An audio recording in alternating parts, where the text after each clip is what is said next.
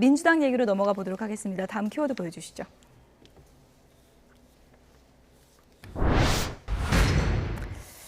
안 받으면 망한다. 김은경 혁신위원장이 이렇게 얘기를 했습니다. 혁신위가 지금 시동은 걸고 있는데 쉽지가 않은 것 같습니다. 얘기 들어보시죠.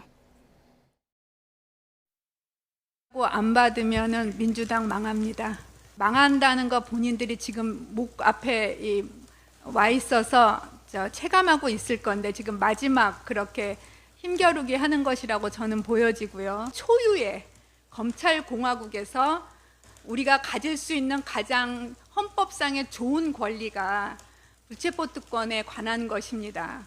그런데 왜 우리가 그것을 포기하라고 말을 했을까요? 그 엄청난, 저 더군다나 법학자인데 이유는 단 한 가지 있었습니다. 국민들이 보시기에 방탄국회 같이 보이니 그런 것들이 보이지 않도록 해야 한다라는 기본 취지가 있었습니다만. 네, 김상현 평론가님, 네. 혁신위의 1호 혁신안, 네. 불체포 특권 포기인데 이거 물 건너 가는 겁니까? 어떻게 되는 겁니까? 저는 예. 여론이 좋게 흐르지 않기 때문에 결국은 받을 수밖에 없다라고 생각하는데 기왕 받을 거면 좀 쿨하게 멋있게 받으면 좋겠다 이런 생각이 들어요. 왜냐하면 저게 정치인들이 약속을 해도요. 그냥 저건 정치적 약속이에요. 제도가 변하는 게 아닙니다. 그래서 그 정치적 약속을 도저히 지킬 수 없다고 국민이 동의하는 상황이 오면 그 약속은 깨지게 돼 있어요. 그러나 약속한 사람은 그 약속을 지키기 위해서 최대한의 노력을 했는지를 보여줘야 되는 것뿐이에요. 그렇기 때문에 안 할 이유가 전혀 없다.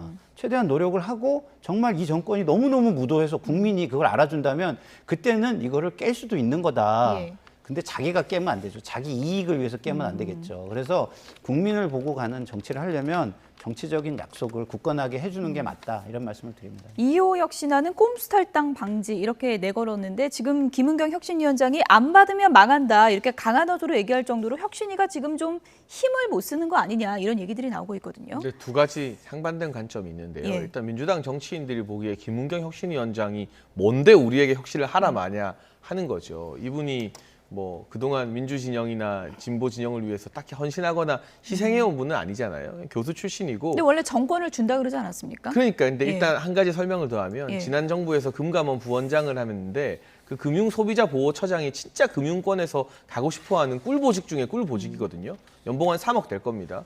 그 자리 윤석열 정부 바뀌고도 임기 다 채우고 나오셨어요.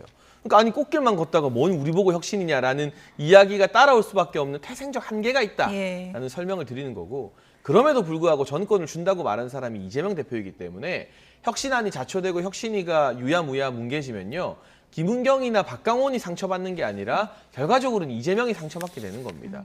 이재명 대표가 리더십을 발휘해서 이 반대했던 의원들 설득해서 어차피 받아야 될 거 우리가 마음에 안 들어도 혁신안 수용하자, 의총 결의하자라고 나서줘야지 이걸 박강원 원내대표에게 맡겨두면 계속 어그러지면서 모양만 더 나빠지게 될 것 같습니다. 1호 혁신안부터 지금 제동이 걸려있기 때문에 추후 상황은 좀 봐야 될 것 같고요. 민주당의 지금 또 한 가지 중요한 부분이 당내 화합 아니겠습니까? 네. 오선 중진의 이상민 의원이 뭐 유쾌한 결별, 이른바 뭐 분당 가능성을 언급하면서 네. 공식적으로 경고를 받기도 했는데요. 네. 저 궁금한 게 이전에도 분당 가능성 얘기는 쭉 있었는데 이번에는 왜 그렇게 발끈한 걸까요? 어떻게 보십니까? 분당이라는 말을 직접 그 단어를 꺼냈기 때문이죠. 예. 분당 그전에는 가능성은 많이 언급되지 않았습니까, 지금까지? 근데 이제 예. 그 소속 위원이 말을 꺼낸 거는 저는 거의 처음인 것 그렇습니까? 같거든요. 예. 저처럼 이제 평론가들이 그런 가능성도 있다라는 가능성 차원에서 제기한 적은 있지만 그것과 이거는 좀 결이 다르다. 그런 차원에서 좀 이상민 의원도 언어를 조금 더 신중하게 선택을 하면 좋겠다 이런 생각이 들지만 그래도 달을 가르치면 달을 봐야지 손가락을 보면 되겠습니까?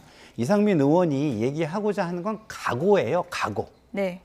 결별을 할 수도 있다는 각오. 그 그냥 결별을 정도의 하면 안 각오로. 된다는 그렇죠. 건가요? 예. 메시지는? 예. 예. 그런 각오로 이 당을 변화시켜서 잘해야 된다.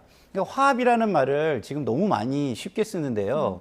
그러면은 이 정권에서 국민이 화합해야 된다, 우리를 따르라 그러면 민주당이 그런 식으로 화합해 주겠습니까? 아니잖아요. 화합이라는 거는 이끄는 사람이 정말 희생적이고 그 나머지의 당원 내지는 국민을 위해서 하는 일을 할 때 화합을 해주는 거지. 그게 다른 방향일 때는 그게 화합입니까?